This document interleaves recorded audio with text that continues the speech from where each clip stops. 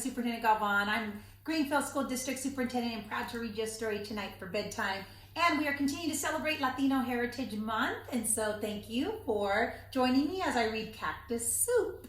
And we're going to learn about a really interesting historical perspective from the Mexican Revolution.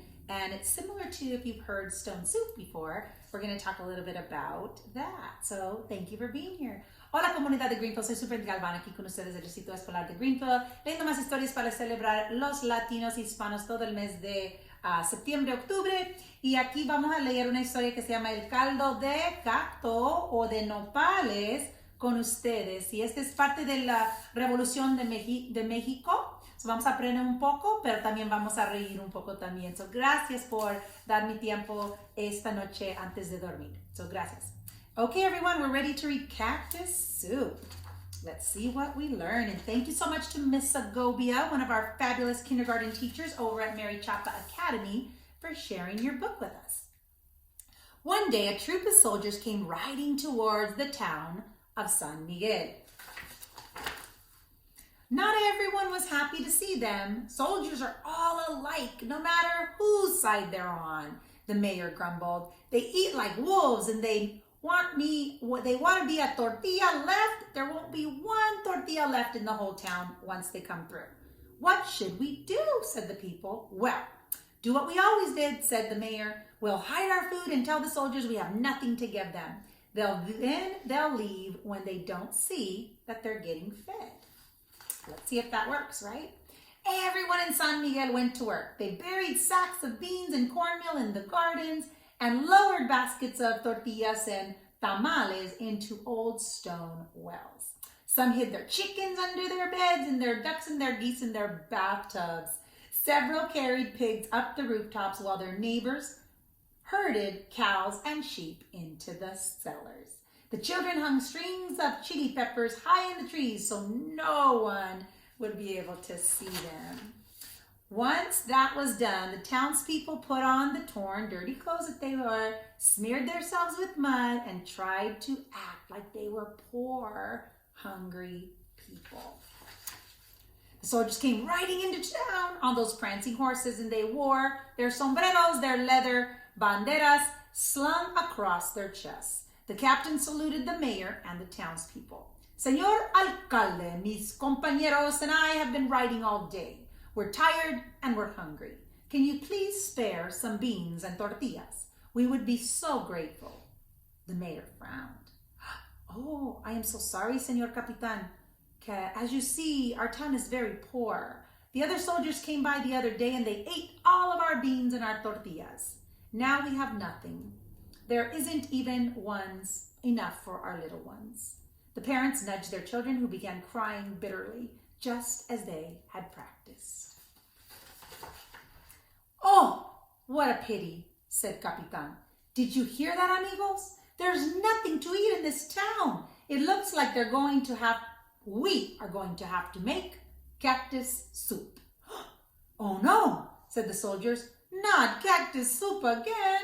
Stop complaining, said the Capitan. Cactus soup is better than any soup at all. The children stopped crying. Everyone in the plaza leaned forward and listened to the mayor ask, ¿Qué pasó? What is cactus soup? Oh, you'll see, said the Capitan. I'll make enough for my soldiers and I'll make enough for everyone in town. However, I am going to need your help. Can you please bring me a kettle of water, a stirring spoon, plenty of firewood, and one cactus thorn? We have lots of people to feed, so bring the biggest thorn you can find. The mayor ordered everyone to help. A kettle of water was soon boiling to the plaza. Cactus was growing everywhere. The children had no trouble finding a huge thorn as long as sharp it was, as long as a needle. Then this thorn will make plenty of soup, said the Capitan. He dropped it into the kettle and began stirring. How can anyone make soup from one cactus thorn? Asked the priest. Watching carefully, perhaps we'll learn something, whispered the mayor. The people of San Miguel looked on as the captain stirred and stirred and stirred. He lifted the spoon, blew on it, let it cool, and had to taste it. Not bad, he said. I always find that a pinch or two of salt improves the flavor. But never mind. I know how poor you are. Why should I ask for you to give me something more? We have salt, said the mayor. We're not as poor as that. And we do have some pepper as well, said the town clerk. Does cactus soup taste good with chiles? Cactus soup is outstanding con chiles, the soldiers exclaimed. People tripped over themselves running home to fetch the salt. The children climbed the trees to get the chiles from the trees. The captain stirred the salt and the chiles in the soup, and he took another taste. It's getting better, he declared. Too bad you don't have onions. Cactus soup always tastes better with onions. But, I would never ask. I know you guys are poor. Wait, I know where we can find some onions, said the priest. Oh, what about garlic? Do you need garlic? Ooh, garlic makes excellent soup, the captain said. They came back a few minutes later with a sack of onions and a sack of garlic. The captain chopped up the vegetables and dropped them into the kettle. Can you smell that soup? He exclaimed. The people of San Miguel settled in and sniffed that air. Ooh, soup that smells this good must taste wonderful. If only we had some beans and carrots and tomatoes and perhaps even some chicken, maybe a hen. Then our soup would be even better, said the captain. But it's fine. No, don't worry about it. It's fine the way it is. Why ask for things that you don't have? I should just be quiet, he said. Wait, what are you talking about? Come with us. Well, they told the soldiers. They returned in a few minutes carrying their beans, their carrots, their baskets of tomatoes, and several chickens or hens for the soup.